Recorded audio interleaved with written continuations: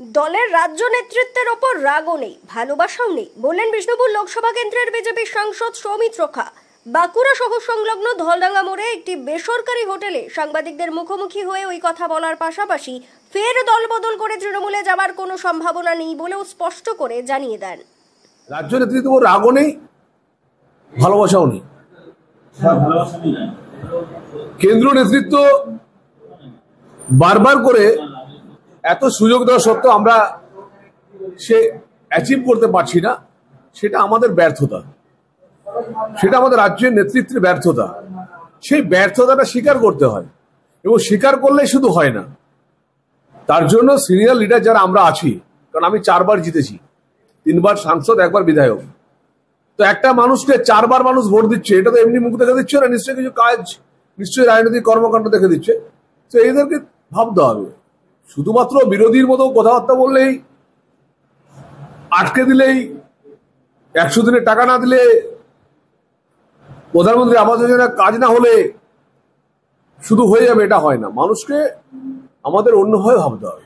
তার জন্য বললাম, বৃদ্ধ বা বাচ্চাদের সাথে কখনো ঝগড়া করতে নেই। আমি আপনাকে একটা কথা বলি, আমি বাঁকুড়া জেলার উন্নতির জন্য, বিষ্ণুপুর লোকসভার উন্নতির জন্য আমি মুকুটমণিপুর রেলপথ আমি আবেদন করব, বাঁকুড়া রানীগঞ্জের রেলপথ আমি আবেদন করব, দুর্লভপুর পর্যন্ত যাতে ট্রেন অতি শীঘ্র চলে তার ব্যবস্থা করার জন্য আমি রেলমন্ত্রীকে জানাবো। আমার এলাকায় বিষ্ণুপুর তারকেশ্বর রেলপথ চালু হচ্ছে, তার জন্য আমি বলবো। আমি ডেভেলপমেন্ট চাই ভাই, আমি ডেভেলপমেন্ট চাই।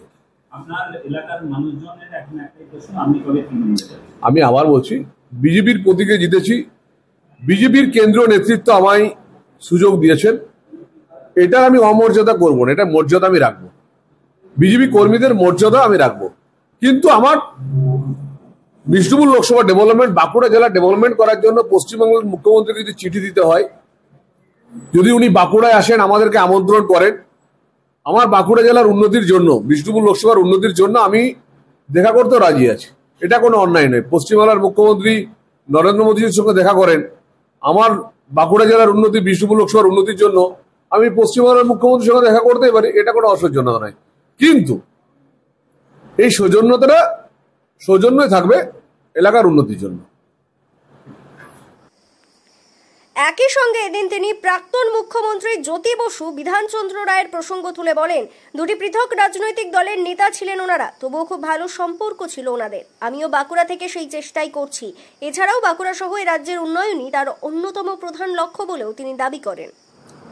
দেখুন, আপনাকে একটা কথা বলি, বিধানচন্দ্র রায়, জ্যোতি বসু দুজন ভিন্ন মেরুর রাজনীতির নেতা ছিলেন, কিন্তু বিধানবাবু, আমি শুনেছি বা বইয়ে পড়েছি, জ্যোতি বলে ডাকতেন। তো আমার কথা হচ্ছে, পশ্চিমবাংলায় আমরা কৃষ্টি ফিরিয়ে নিয়ে আসবো, সেটা বিষ্ণুপুর লোকসভা বাঁকুড়া জেলা থেকে হোক না, সেটা বাঁকুড়া মাটি থেকে শুরু হোক। আমি সেই শুরুয়াতটা না হয় করেছি, তার জন্য দল পরিবর্তন করা বা তার জন্য অন্য কিছু বলা, এটা কোনো মানে নেই। আমরা চাই পশ্চিমবাংলার ডেভেলপমেন্ট সবাই, তো আমরা সেটাই চাই। আমি আবার বলছি, তৃণমূল কংগ্রেসে যাওয়ার আমার কোনো ইচ্ছে নেই। আমি পশ্চিমবাংলায় কৃষ্টি, কালচার, পশ্চিমবাংলায় ডেভেলপমেন্ট, পশ্চিমবাংলায় গরিব মানুষের জন্য প্রধানমন্ত্রী আবাস যোজনা যেমন গোটা ভারতবর্ষ পাচ্ছে, আমার এলাকার গরিব মানুষটা যাতে প্রধানমন্ত্রী আবাস যোজনা পায়, আমি 24 তারিখে প্রধানমন্ত্রীকে চিঠি দেব। আমি চাই এখানে 100 দিনের কাজ চালু হোক, পশ্চিমবাংলায় গরিব মানুষটাও আমার 100 দিনের কাজ পাক। আমি পশ্চিমবাংলার কৃষ্টি, কালচার ফিরিয়ে আনার জন্য চেষ্টা করব। আমি একটু ব্যতিক্রমী চরিত্র, আমি ব্যতিক্রম হয়ে থাকতে চাই। আমি চাই বাঁকুড়া জেলার, বিষ্ণুপুর লোকসভার উন্নতি। ব্যুরো রিপোর্ট, দক্ষিণ বাঁকুড়া দর্পণ, বাঁকুড়া।